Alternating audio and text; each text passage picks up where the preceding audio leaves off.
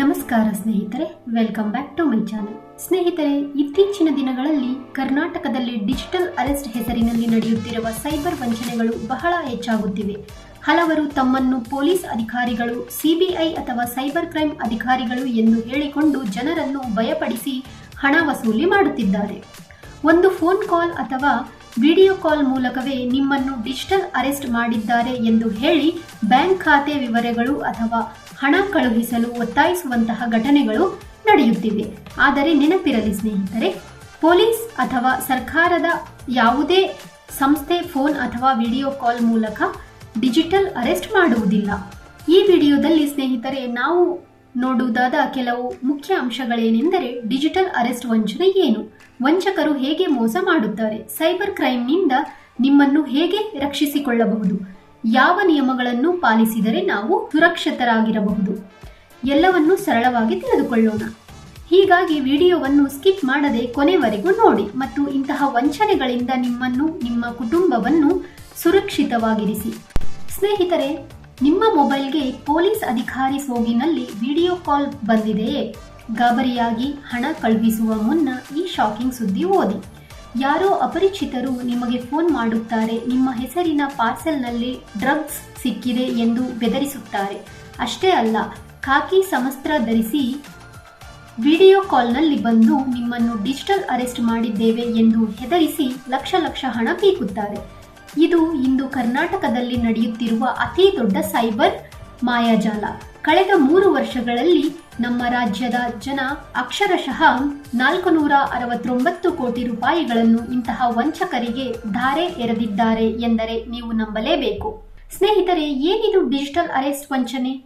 ವಂಚಕರು ಮೊದಲು ನಿಮಗೆ CBI, Mumbai crime branch ಅಥವಾ ಕಸ್ಟಮ್ಸ್ ಅಧಿಕಾರಿಗಳಂತೆ ಕರೆ ಮಾಡುತ್ತಾರೆ. ನಿಮ್ಮ ಆಧಾರ್ ಕಾರ್ಡ್ ಬಳಸಿ ಅಕ್ರಮ ಕೆಲಸ ನಡೆದಿದೆ ಎಂದು ನಂಬಿಸುತ್ತಾರೆ. ನಂತರ ಸ್ಕೈಪ್ ಅಥವಾ ವಾಟ್ಸಪ್ ವಿಡಿಯೋ ಕಾಲ್ನಲ್ಲಿ ಬಂದು ವಿಚಾರಣೆ ಮುಗಿಯುವವರೆಗೆ ನೀವು ಕ್ಯಾಮೆರಾ ಮುಂದೆ ಇರಬೇಕು, ಯಾರಿಗೂ ಫೋನ್ ಮಾಡಬಾರದು ಎಂದು ನಿಮ್ಮನ್ನು ಕಟ್ಟಿಹಾಕುತ್ತಾರೆ. ಇದನ್ನೇ ಡಿಜಿಟಲ್ ಅರೆಸ್ಟ್ ಎನ್ನುತ್ತಾರೆ.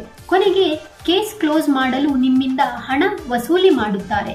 ಸ್ನೇಹಿತರೆ, ವರ್ಷವಾರು ಲೂಟಿಯಾದ ಹಣದ ವಿವರಗಳನ್ನು ಈಗ ತಿಳಿದುಕೊಳ್ಳೋಣ. ರಾಜ್ಯ ಗೃಹ ಇಲಾಖೆಯ ವರದಿ ಪ್ರಕಾರ ವರ್ಷದಿಂದ ವರ್ಷಕ್ಕೆ ಈ ವಂಚನೆ ಹೆಚ್ಚುತ್ತಲೇ ಇದೆ. ಸ್ನೇಹಿತರೆ, 2023ರಲ್ಲಿ ದಾಖಲಾದ ಪ್ರಕರಣಗಳು 196, ಲೂಟಿಯಾದ ಮೊತ್ತ 22.52 ಕೋಟಿ.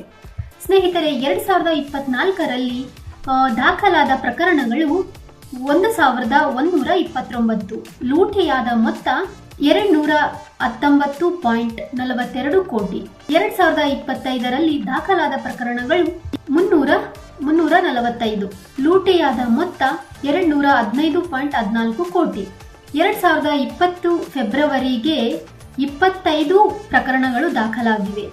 ಬರೋಬ್ಬರಿ ಲೂಟಿಯಾದ ಮೊತ್ತ 11.77 ಕೋಟಿ. ಸ್ನೇಹಿತರೆ, ಇಲ್ಲಿ ನಿಮಗೆ ಒಂದು ಪ್ರಮುಖ ಎಚ್ಚರಿಕೆ. ಭಾರತದಲ್ಲಿ ಯಾವುದೇ ಕಾನೂನು ಸಂಸ್ಥೆ ಅಥವಾ ಪೊಲೀಸ್ ಇಲಾಖೆ ವಿಡಿಯೋ ಕಾಲ್ ಮೂಲಕ ಯಾರನ್ನೂ ಬಂಧಿಸುವುದಿಲ್ಲ ಅಥವಾ ಹಣಕ್ಕೆ ಬೇಡಿಕೆ ಇಡುವುದಿಲ್ಲ. ವಂಚನೆಯಿಂದ ಬಚಾವಾಗುವುದು ಹೇಗೆ? ಅಪರಿಚಿತ ಕರೆಗಳಿಗೆ ಪ್ರತಿಕ್ರಿಯಿಸಬೇಡಿ. ವಾಟ್ಸಪ್ ಅಥವಾ ಸ್ಕೈಪ್ನಲ್ಲಿ ಬರುವ ಇಂಟರ್ನ್ಯಾಷನಲ್ ನಂಬರ್ ಕರೆಗಳನ್ನು ಸ್ವೀಕರಿಸಬೇಡಿ. ಗಾಬರಿಯಾಗಬೇಡಿ. ಪೊಲೀಸರು ಎಂದಿಗೂ ವಿಡಿಯೋ ಕಾಲ್ನಲ್ಲೇ ವಿಚಾರಣೆ ನಡೆಸುವುದಿಲ್ಲ. ಅಂತಹ ಕರೆ ಬಂದರೆ ತಕ್ಷಣ ಕಟ್ ಮಾಡಿ. ಹಣ ವರ್ಗಾವಣೆ ಮಾಡಬೇಡಿ. ಯಾವುದೇ ಕಾರಣಕ್ಕೂ ಯಾರಿಗೂ ಆನ್ಲೈನ್ ಮೂಲಕ ಹಣ ಕಳುಹಿಸಬೇಡಿ.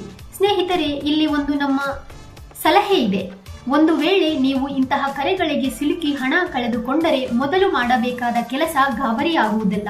ತಕ್ಷಣವೇ 1930 ಸೈಬರ್ ಕ್ರೈಮ್ ಸಹಾಯವಾಣಿಗೆ ಕರೆ ಮಾಡಿ. ನೀವು ಕರೆ ಮಾಡಿದ ಮೊದಲ 2 ಗಂಟೆಗಳ ಒಳಗೆ ದೂರು ನೀಡಿದರೆ ವಂಚಕರ ಖಾತೆಗೆ ಹೋದ ನಿಮ್ಮ ಹಣವನ್ನು ಫ್ರೀಸ್ ಮಾಡಲು ಪೊಲೀಸರಿಗೆ ಸುಲಭವಾಗುತ್ತದೆ. ಸ್ನೇಹಿತರೆ, ಈ ಇನ್ಫಾರ್ಮೇಶನ್ ನಿಮಗೆ ಇಷ್ಟವಾದರೆ ನನ್ನ ಚಾನೆಲ್ಗೆ ಸಬ್ಸ್ಕ್ರೈಬ್ ಮಾಡಿ. ಧನ್ಯವಾದಗಳು.